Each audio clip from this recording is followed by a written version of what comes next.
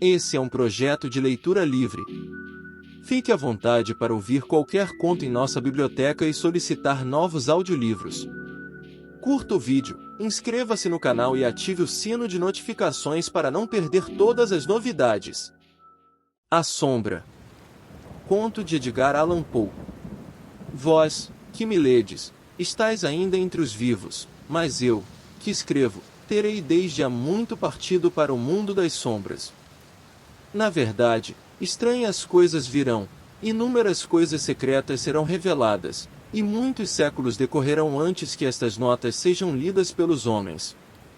E quando eles as tiverem lido, uns não acreditarão, outros porão as suas dúvidas, e muito poucos de entre eles encontrarão matéria para fecundas meditações nos caracteres que eu gravo com um estilete de ferro nestas tabuinhas. O ano havia sido um ano de terror, cheio de sensações mais intensas que o terror, sensações para as quais não há nome na terra. Muitos prodígios, muitos sinais haviam ocorrido, e de todos os lados, em terra e no mar, se tinham amplamente estendido as asas negras da peste. Aqueles, porém, que eram sábios, conhecedores dos desígnios das estrelas, não ignoravam que os céus prenunciavam desgraça, e, para mim, o grego oino, como para outros, era evidente que atingíamos o fim desse 794º ano, em que, à entrada do carneiro, o planeta Júpiter fazia sua conjunção com o anel vermelho do terrível Saturno. O espírito particular dos céus, se não me engano muito, manifestava o seu poder não só sobre o globo físico da Terra, mas também sobre as almas, os pensamentos e as meditações da humanidade. Uma noite, estávamos 7 nos fundos de um nobre palácio, numa sombria cidade chamada Ptolemais, sentados em volta de algumas garrafas de vinho cor de púrpura de Quios. O compartimento não tinha outra entrada senão uma alta porta de bronze, e a porta havia sido moldada pelo artífice Corinos, e produto de hábil mão de obra, fechava por dentro. De igual modo, protegiam esse compartimento melancólico negras tapeçarias, que nos poupavam a visão da lua, das estrelas lúgubres e das ruas despovoadas. Mas o sentimento e a lembrança do flagelo não se tinham expulsado facilmente. Havia à nossa volta, junto de nós, coisas que não posso definir distintamente, coisas materiais e coisas espirituais, um peso na atmosfera, uma sensação de abafamento, uma angústia e, acima de tudo, esse terrível modo de existência que ataca as pessoas nervosas quando os sentidos estão cruelmente vivos e despertos e as faculdades do espírito entorpecidas e apáticas. Esmagava-nos um peso mortal.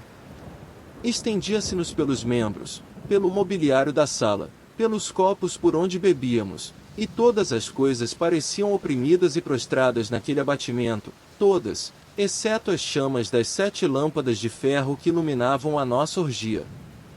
Alongando-se em delgados fios de luz, elas assim se quedavam, ardendo pálidas e imóveis, e na mesa redonda de ébano em redor da qual nos sentávamos, e cujo brilho transformava em espelho, cada um dos convivas contemplava a palidez do próprio rosto e o brilho inquieto dos olhos tristes dos seus camaradas. Não obstante, compelíamo-nos a rir, e estávamos alegres à nossa maneira, uma maneira histérica, e cantávamos as canções de Anacreonte, que não passam de loucura, e bebíamos à larga, muito embora a púrpura do vinho nos lembrasse a púrpura do sangue. É que no compartimento havia uma 8ª personagem, o jovem Zoilo. Morto, estendido a todo o comprimento e amortalhado, era o gênio e o demônio do cenário. Esse não tomava parte no nosso divertimento, apenas a sua fisionomia, convulsionada pelo mal, e os seus olhos, em que a morte só seme extinguir o fogo da peste, pareciam tomar pela nossa alegria tanto interesse quanto os mortos são capazes de tomar pela alegria daqueles que têm de morrer. Mas embora eu, oino, sentisse os olhos do defunto fixos em mim, a verdade é que me esforçava por não me aperceber do amargor da sua expressão, e, olhando obstinadamente para as profundezas do espelho de ébano, eu cantava em voz alta e sonora as canções do poeta de Teos.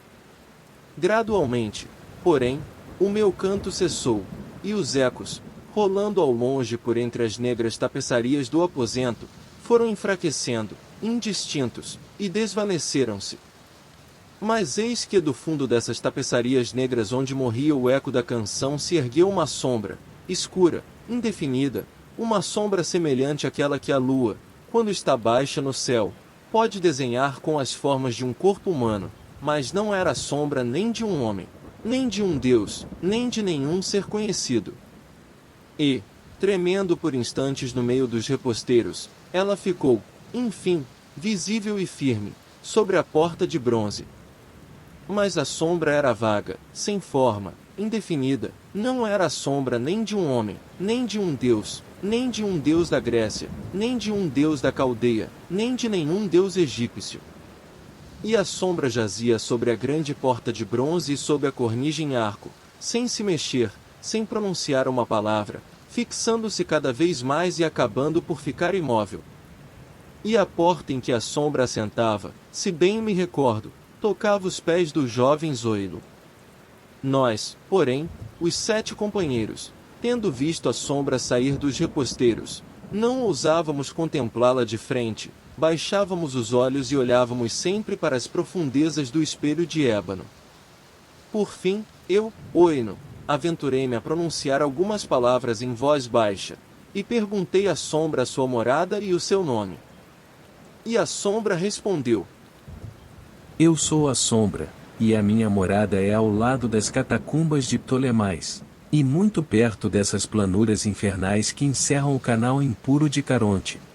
E então, todos nós, os 7, erguemo-nos horrorizados dos nossos assentos, e ali ficamos, trêmulos, arrepiados, cheios de assombro.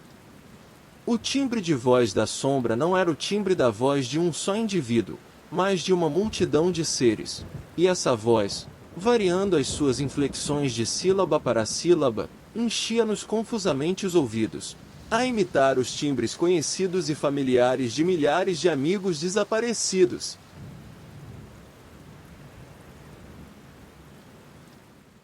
Obrigado por assistir. Até a próxima. Fique à vontade para continuar assistindo mais vídeos.